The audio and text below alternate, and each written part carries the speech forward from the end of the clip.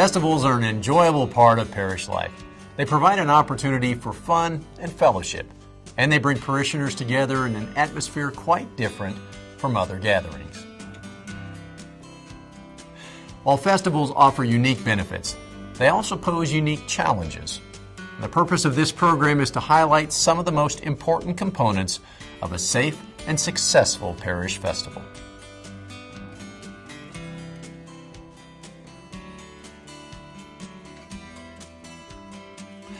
As with any large-scale event, a safe and successful parish festival requires comprehensive planning. That planning begins by appointing a festival chairperson. The chairperson should report directly to a senior staff member. Once the chairperson is in place, supervisors should be appointed for each operational area of the festival. Supervisors will often be needed for safety, food and beverages, parking, security, medical services, activities and entertainment, and money handling. The festival chairperson and each of the area supervisors are responsible for communicating all policies and procedures to festival workers and for ensuring that those policies and procedures are properly implemented.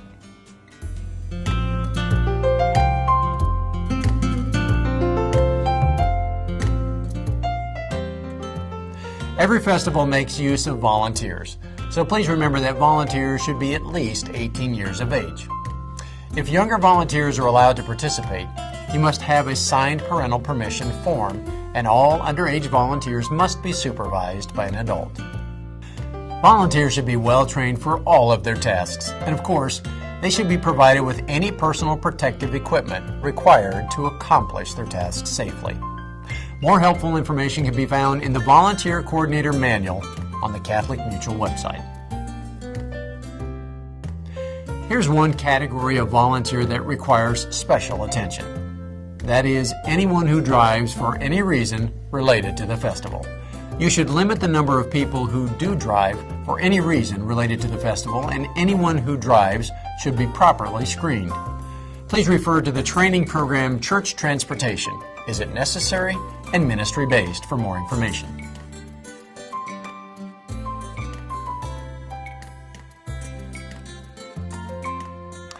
Festivals almost always involve products and services from outside vendors. Often procuring these products and services involves contracts with the outside vendors. There are two very important rules about contracts. Rule number 1, only the pastor, principal, or business manager is authorized to sign a contract of any kind. Rule number 2, no contract should be signed without review and approval by your diocese. Catholic Mutual is available to assist with the review of any contract. Contracts are often complex documents, and they can have very serious and costly ramifications for the parish. So please adhere strictly to the rules we've just outlined regarding any contract procedures.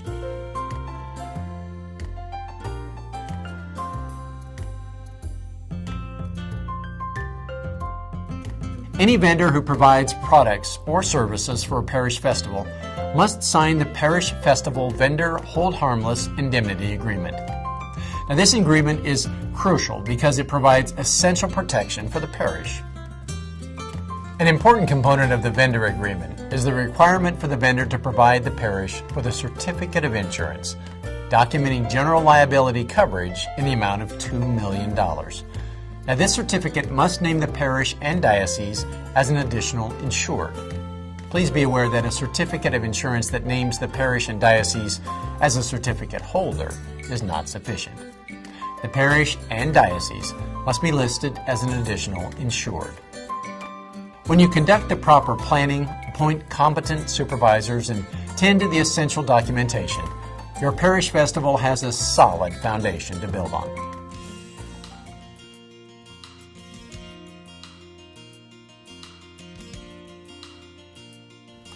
The most common accidents during parish festivals come from slips, trips, and falls. Now, as you begin to think about how to prevent slips, trips, and falls, it would be time well spent to watch the video program, Preventing Slips, Trips, and Falls, provided by Catholic Mutual Group. But in addition to the material presented in the program, you should pay particular attention to 3 specific hazards common to festival grounds. The first concern is that people will trip over the electrical cords and hoses that are stretched across walkways. There are several simple yet effective things that you can do to reduce this risk. If at all possible, route cords and hoses away from all public walkway areas. Otherwise, use a vinyl or rubber cover or protector anytime a cord or hose intersects a walkway. If it's not possible to use these protectors, you can secure loose cords and hoses by taping or tacking down in a safe manner. Another effective method is to place orange cones at either end of a cord to identify the cord as a hazard. Almost every festival utilizes one or more tents or booths. And when you have tents and booths, you have stakes and ropes. And when you have stakes and ropes, there's a possibility that people will trip over them. To reduce the possibility of people tripping over the tent, stakes, and ropes, you should mark them with orange flags. Now, the flags will help prevent trips and will greatly reduce parish liability in case someone does trip. Sometimes on festival grounds, people aren't as careful about disposing of trash as they might normally be. If there's debris in the walkways, well, then there's a significant chance that someone will slip on that debris and possibly sustain a serious injury from the resulting fall. So you need to make sure that there are plenty of trash receptacles throughout the festival grounds and that those receptacles are emptied on a regular basis. It's also a good idea to have people rotating throughout the festival to take care of any litter that guests leave behind. Most festivals run into the evening hours, so it's important to provide good lighting throughout the festival grounds and in the parking areas. It's likely you'll need to bring in temporary lighting, so if you think you might need temporary lighting, please don't hesitate. Good lighting prevents accidents and reduces parish liability if there is a fall-down injury. Stages are another element common to parish festivals. Now, there are several important considerations when it comes to a stage.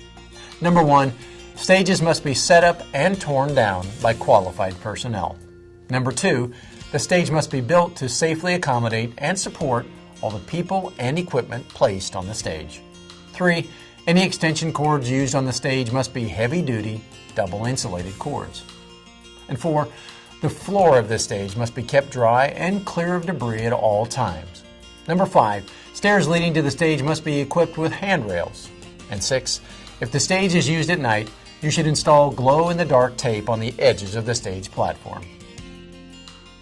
Another concern at festivals is fire safety. So make sure that there are plenty of fire extinguishers throughout the festival grounds. It's also a good idea to refer to the fire safety training program available on the Catholic Mutual website. Severe weather can also pose a safety hazard, so have someone monitor a weather radio during the festival and have a plan in place for what to do in case of a tornado or other dangerous weather.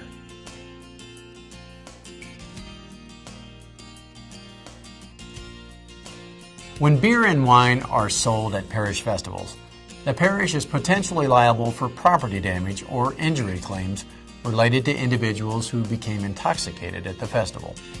While there are numerous considerations involved in serving alcohol, two are of particular note. First, every precaution must be taken to ensure that no minor is served alcohol. Second, people who are obviously intoxicated must not be served alcohol or allowed to drive. One way to help manage both of these considerations is to serve alcohol only in a restricted area, often known as a beer garden. A beer garden can be established by placing a fence around a tent. Access to that tent is monitored and restricted to people of legal drinking age. An effective practice of managing access to the tent where alcohol is served is to establish a bracelet booth outside of the tent. Any individual wishing to consume alcohol is required to visit the bracelet booth, present identification proving legal age, and receive a colored bracelet. Only those folks wearing the proper colored bracelet are allowed into the beer tent. There are a number of other best practices that help protect the parish when serving alcohol. We suggest you refer to Catholic Mutual's Guidelines for Parish Festivals during your festival planning process.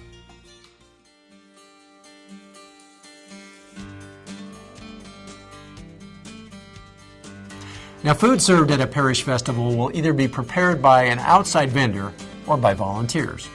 When food is provided by an outside vendor, that vendor must sign and abide by the conditions of the Parish Festival Hold Harmless Indemnity Agreement. When volunteers prepare food, those volunteers must follow safe food handling and preparation guidelines. These guidelines are important and extensive, so we strongly suggest that anyone participating in food preparation or service be thoroughly trained on the guidelines. The guidelines are thoroughly documented in Catholic Mutual's Guidelines for Parish Festivals.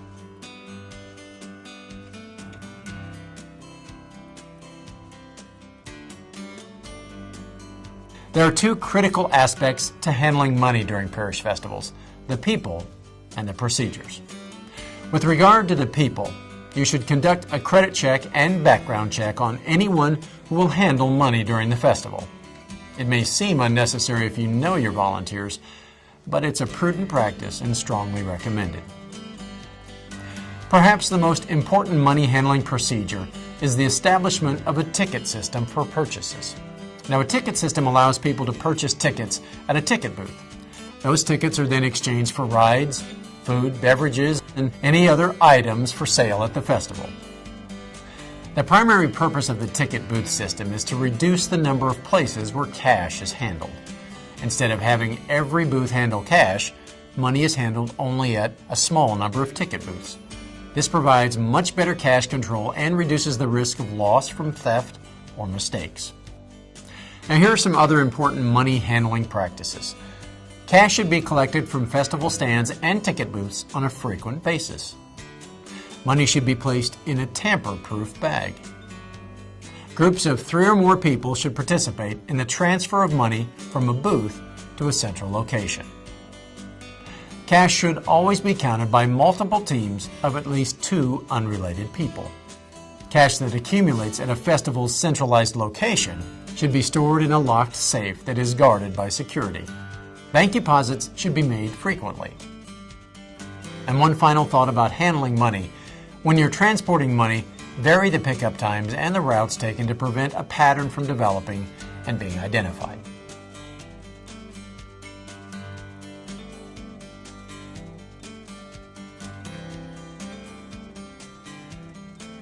Parish festivals involve a lot of money and a large number of people. That means formal security is strongly recommended. You should hire a security company and allow that security company to manage the employees they have on site during the festival. In the event of a confrontation between festival patrons, allow the security personnel to handle the problem. Volunteers are not qualified to intervene in these situations and may inadvertently make things worse, including increasing potential liability for the parish.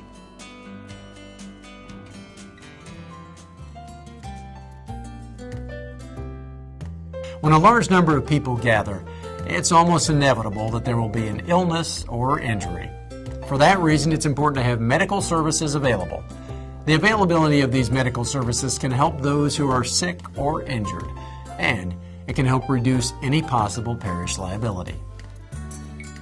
Generally, the level of services you need to provide vary with the number of people attending the festival. So for small family-oriented events, a first aid kit is often all that's necessary. Or if you're expecting several hundred people, the festival should have a first aid station on the festival grounds.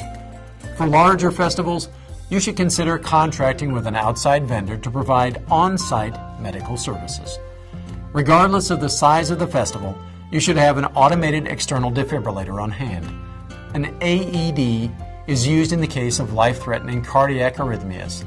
AEDs are designed to be used by laypersons who have received training on how to use the device. If a major injury occurs, you should immediately call an ambulance. And for any injury, you must create a report listing the name of the injured person, the time of the injury, the nature of the injury, and the type of treatment provided. If the injured person refuses medical treatment, have that person sign a refusal of medical treatment form.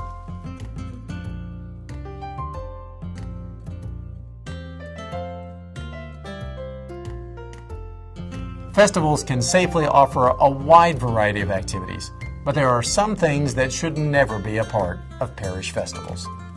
Never allow any of the following at your parish festival: hot air or tethered balloons, helicopter rides, ATV rides, gambling not approved by state statutes, liquor not approved by state statutes, bungee jumping, dunking booths for people under 21 years of age, archery or firearms, and valet parking.